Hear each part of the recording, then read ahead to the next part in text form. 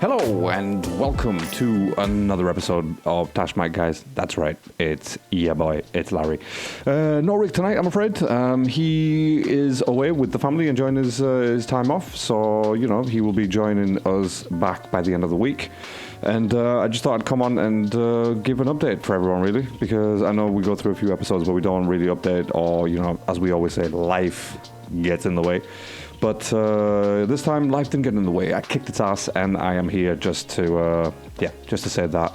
We will be back with a full episode by the end of the week, as always, with our predictions for the weekend and some F1 talk as well, because that is part of our lives now. And But, on this episode, I'm going to keep it short because it is just me, and it feels weird just talking to myself, even though I have done this for a while now.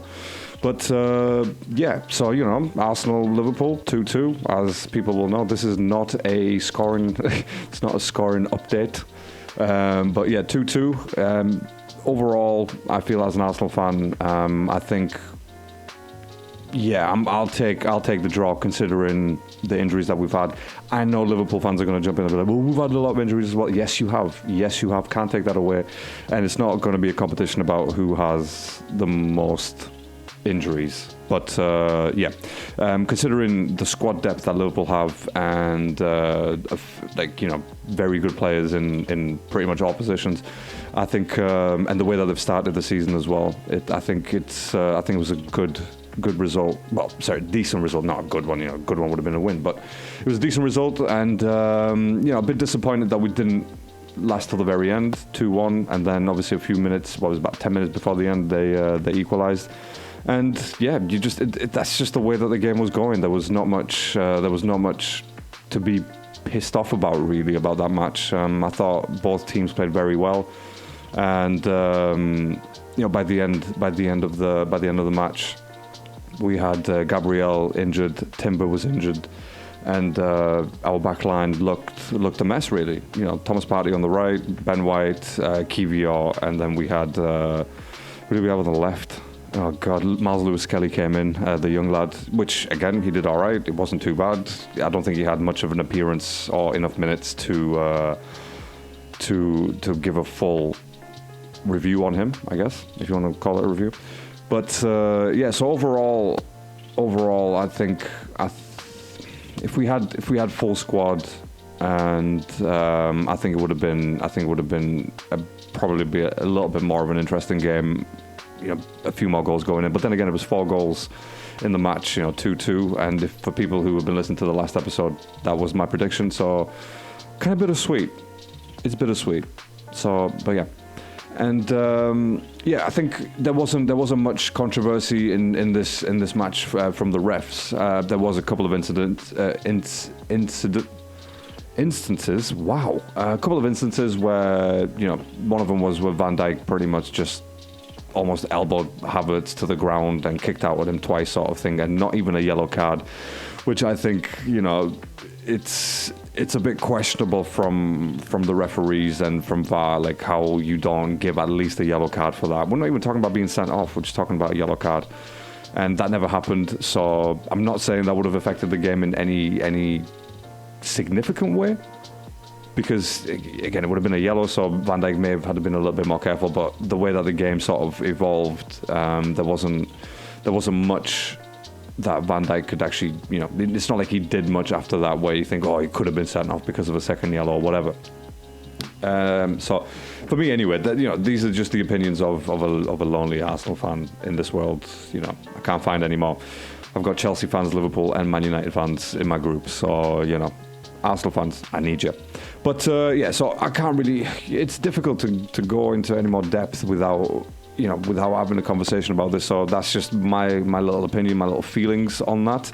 And I'm sure Rick will give his own opinions on the at the end of the week pod before the weekend. So do stay tuned in for that. And I watched a bit of a Chelsea match as well. Interesting. Cole Palmer doing what he does best. He had a bit of a pre-assist to Neto, and then Nicolas Jackson scored.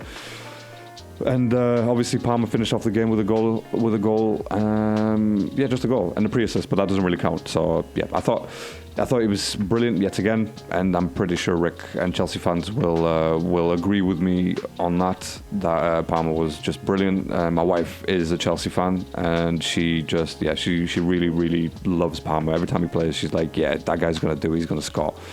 But and he did, and as he always does, really. There's no real surprise. That's why he's in my FPL. But so interesting game there as well. Again, it got kind of close. It could have been easily could have been a draw, but it wasn't. Chelsea stuck it out, and they've been doing really well recently, as discussed on the last few pods, which I know Chelsea fans have been longing to hear. So there you go. You've been doing well. Maresca's done a good job with the team so far. So yeah, it could get really scary, but. Yeah, that's a talk that we've already had before. Wow, this is just getting out of hand now. I can't even speak. But so Chelsea match, Newcastle. Yeah, it was decent. I think they face each other again, don't they? Wait, did I just completely get that wrong? No, they do face each other again in the cup, which is tomorrow, I believe. So let's have a look. Tomorrow, EFL Cup. Yes, Newcastle, Chelsea at St James Park. Yeah, it should be interesting. Should be a very interesting match. And if the last match was anything to go by, so yeah. But I'm gonna leave it. I'm gonna leave it there really, because again, 10 minutes and it's just been waffling, absolute waffles with no cream or ice cream for that matter. And and finally, I just want to say, being a Ferrari fan, Carlos Sainz wins, brilliant, love it. I'm here for it all the time. For Ferrari wins, it just takes me back to good days and to good memories, which, as Ferrari fans will know, we haven't had since 2007. We came close in 2019, but then there was something dodgy with the car. But anyways, so yeah, he won, and Lando came second, Leclerc third. I just sometimes I have to curse Leclerc out, because it's like, dude, you are right there. You were so close. Yet again, gets put under a little bit of pressure, and he almost bins it. Absolutely bins it coming out of the last turn onto the main straight, onto the start finish straight. So yeah. Anyways, right. Well, I'm hoping on Friday I'm gonna be a bit more. I'm hoping on Friday I'm gonna be a little bit more coherent than I have been right now. But there you go. This is the update for the Tash Mike guys. This is not an official episode. This is gonna be like, what episode we're up to now? 7.2. So so it'll be like 7.2 or 8.2 or whatever point something. It doesn't matter. It's completely irrelevant. But so thank you so much for being here. I will catch you in the next one. Until then, stay safe, stay alert.